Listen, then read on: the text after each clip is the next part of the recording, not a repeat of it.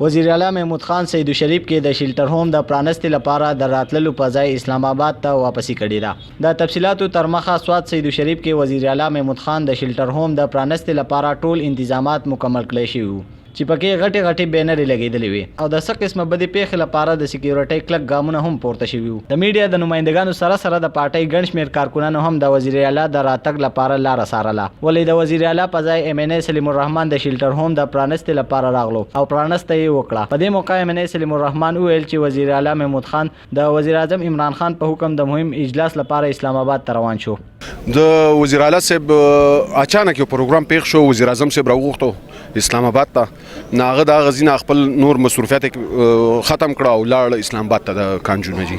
دستوري ته د خطاب په موقع د حکومتي چارواکو وینا وا چې د شیلټر هوم پرانسته غریب ولسته د چت فراهمي او د آرام کولو سہولت ورکول دي، کومې نه چې به ډیر خلک فائدہ ترلاسه کوي. عبداللطیف، زموږ ټي وي، سید شریف، سوات.